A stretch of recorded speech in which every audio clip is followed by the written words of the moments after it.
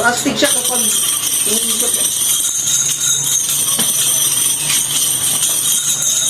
May nag-request sa atin ng tutorial sa rest roll. Version 3 ang gagamitin ko para sa pagtuturo sa inyo ng rest roll.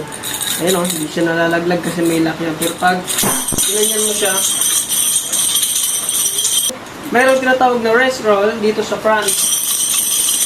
Ayan o. Wait lang.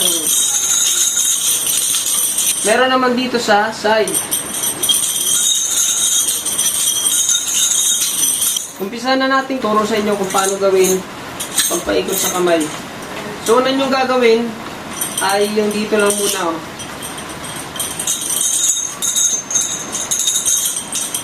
Drillings lang ha. Ulit-ulitin nyo. I-drills nyo lang guys.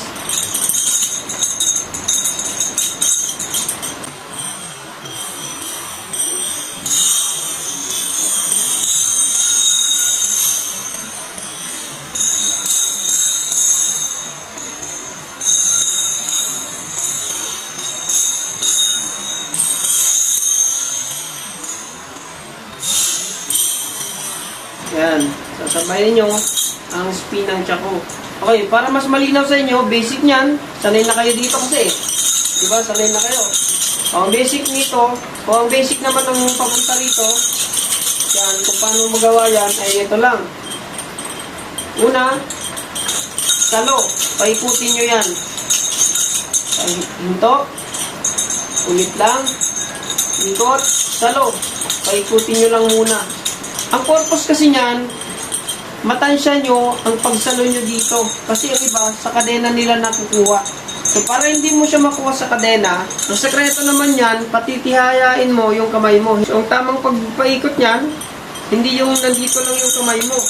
Nakataob lang. Kasi kadena talaga, maingay. So, hindi natin mai-demo ng maayos, no? Palitan natin ng plastic. Hindi nyo kasi maririnig yung boses ko kapag tumutunog yung stainless eh. So, ulitin ko yun. O bakit nga ba kadena ang nakukuha natin kapag nagpapaikot tayo nito? Yan. Kahit ginaganyan pa natin, no? Hindi na. Kahit sabayan mo pa yan, hindi mo magagawa. Ang mali ng iba dyan ay ganito. Basta yung kamay ko, nakataob. Nakataob. Pagpaikot, boom. Nakataob pa rin. Pinaikot lang nila, pero nakataob pa rin. Kahit sabayan nila, hindi nila makuha dito kasi nga, ang hawak nila nasa kadena. Hindi rito. No? Hindi dito. So, para maalis nyo na yan, pakinggan nyo at panoorin nyo ang gagawin natin. Imbis na lagi nyong pataobin, yan. Ang gagawin nyo, pag ikot nito, itihaya mo ang kamay mo. Ayan, no? Nakita nyo? Napansin nyo? Mula sa taob, nakatihaya. Tumihaya ang kamay ko. Ibig sabihin, makukuha ko na yung palipat-lipat dito. Diba? O, ayan, o. O, ayan. Ganun lang ang sekreto doon. Ulitin natin para mas malinaw. Tihaya. Ayan, o. Tihaya. Ito, nahawakan ko. Kasi kapag diniretso mo yan, imbis na isablay mo siya dito, patamain mo siya, pag hawak mo na ito, paikutin mo siya dyan, diretso mo dito. Gets?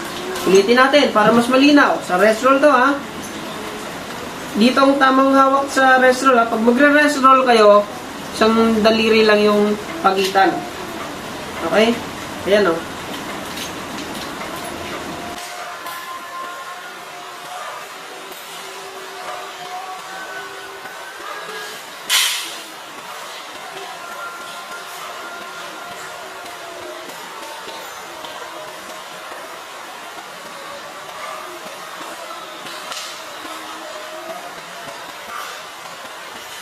Di ba nakatihaya ang kamay ko? Hindi tulad ng ginagawa ng iba. Ayan o. Pag nakataob lang yan, wala na. Nakataob lang eh. Kadena ang nakuha o. Pero kung itihaya nyo ang kamay nyo, ayan, isasabay nyo yan, and then pag ikot nito, boom. Boom. So, isa pang paliwanag para sa rest roll natin. Pangalawa na dapat malaman nyo, kapag bibitaw kayo dito, ayan o. Diba? Ito na lang ang may iwan. I mean, ito. Yung thumb natin, tsaka yung point finger natin.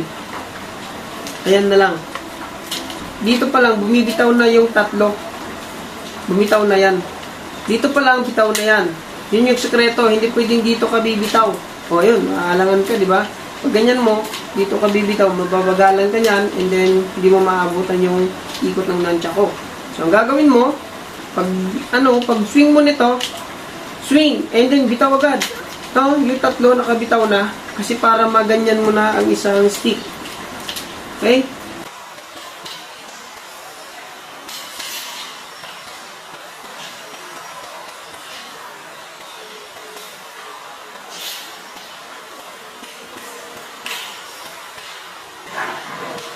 Slow natin yan mamaya, slow.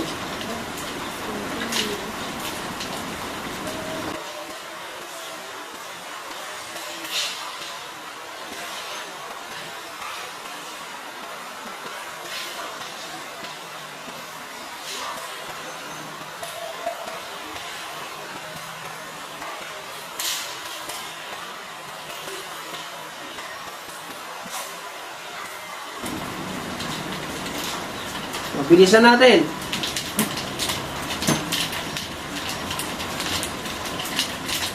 Para makuha nyo yan, training lang ang kailangan.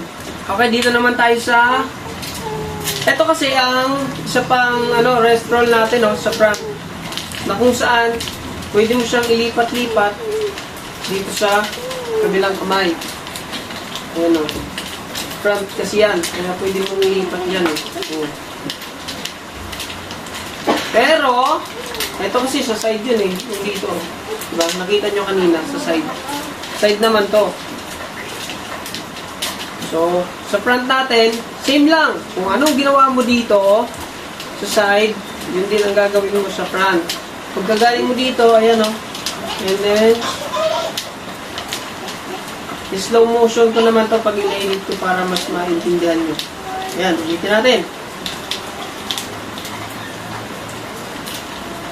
Tignan nyo ang kamay ko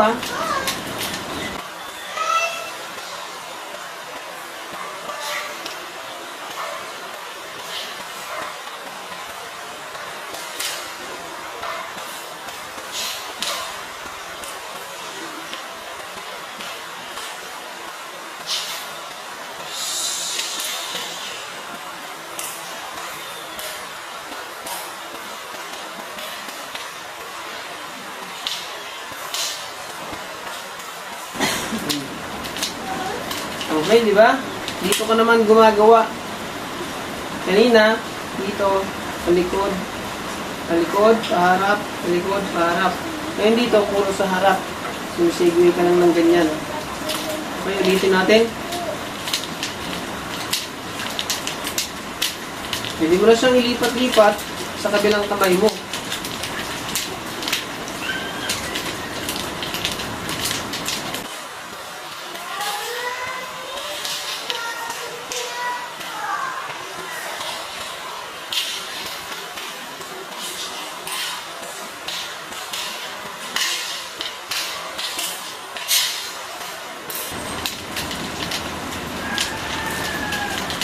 Dito naman, reverse. Ayan reverse. So, para makuha nyo yan, tuturo pa rin natin yan. Ngayon, kapag alam nyo na ang technique doon, na ituro ko na, ensayo lagi. Yun ang advice ko sa inyo, guys. Mag-training kayo palagi.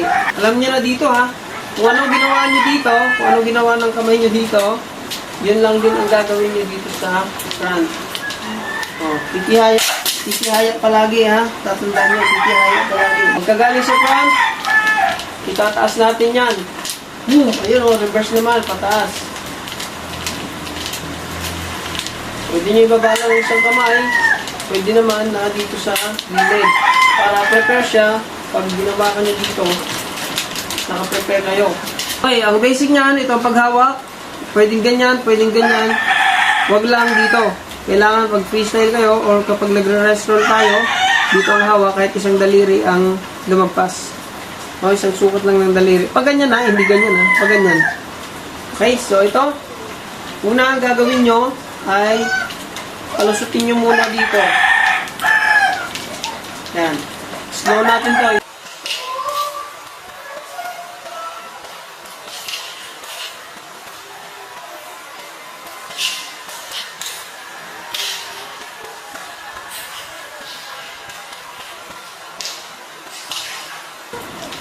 Ganyan lang muna ang gagawin nyo. Pag umikot na to dito, ito, nakaganyan na. Para tatama siya dito, iikot yan dito. Ito naman, itatago nyo para hindi tumama. Kabilog lang. And then, papunta rito, papunta rito, papunta rito, papunta rito. Ayan. Ayan na siya, oh.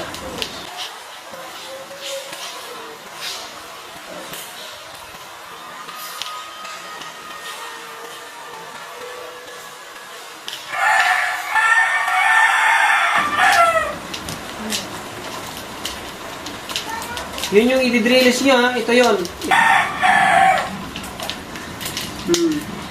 Pag ganyan, nakukuha nyo na yan, magaling nyo nang masundan yan. Oh, di ba? Ngayon, diretso yun natin. Oh.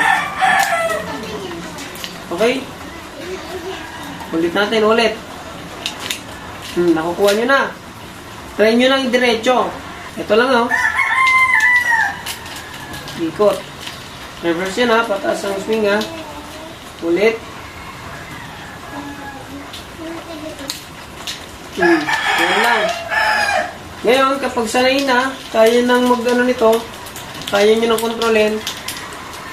Yan, ganyan nyo lang, oh. Ganyan ang kamay, ha. Ganyan to, ha. Hindi na kaganyan, nagbitaw ka. Nagbitaw ka, tapos nakaganyan, oh. Naka-straight yung kamay mo. Naka-straight. Hindi pa rin, hindi mo masasalo yan, oh. Pag naka-straight, kailangan nakaganyan ang palad mo. Kapag nagbitaw ka ng ganito, oh. Diba? Ito lang.